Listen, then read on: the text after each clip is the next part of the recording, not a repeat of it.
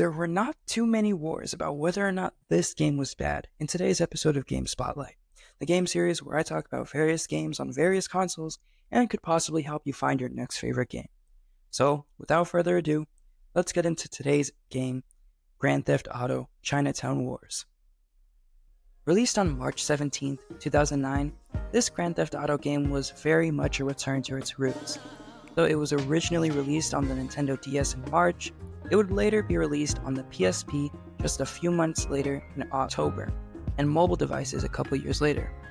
Chinatown Wars was actually the first handheld GTA game to be released since Vice City Stories in 2006. Chinatown Wars is also the 13th game in the GTA series, and serves as a follow-up to GTA 4, which had just been released the year prior. Also, something that I found interesting, the main theme was performed by Ghostface Killah and MF Doom. The story of this game follows Huang Li, a triad member who travels to Liberty City to deliver a family heirloom, the Yujian sword.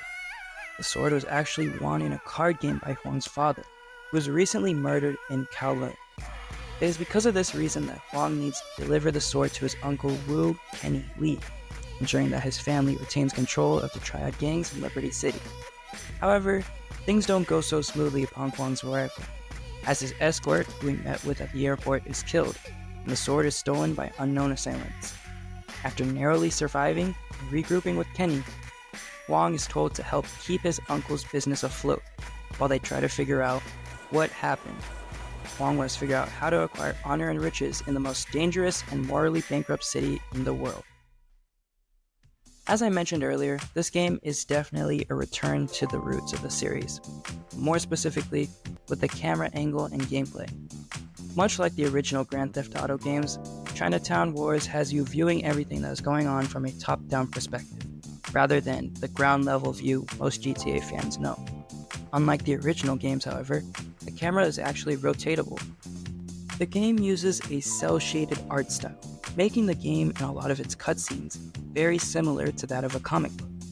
Actual gameplay-wise, the game is very similar to other GTA games.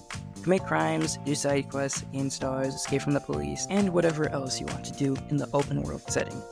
There were some slight changes made to the way stars are lost from Grand Theft Auto 4 to this game.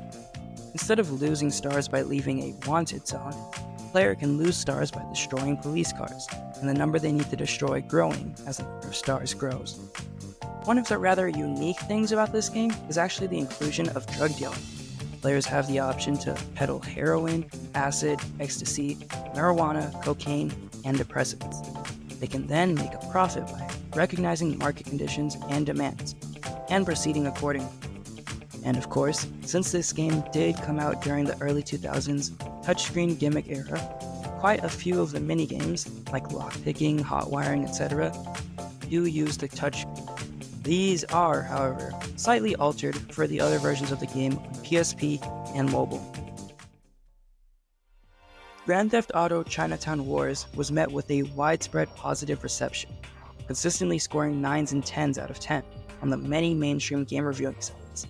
Many praised the cel-shaded visuals, and the variety of gameplay, and the overall feel of the game as a whole.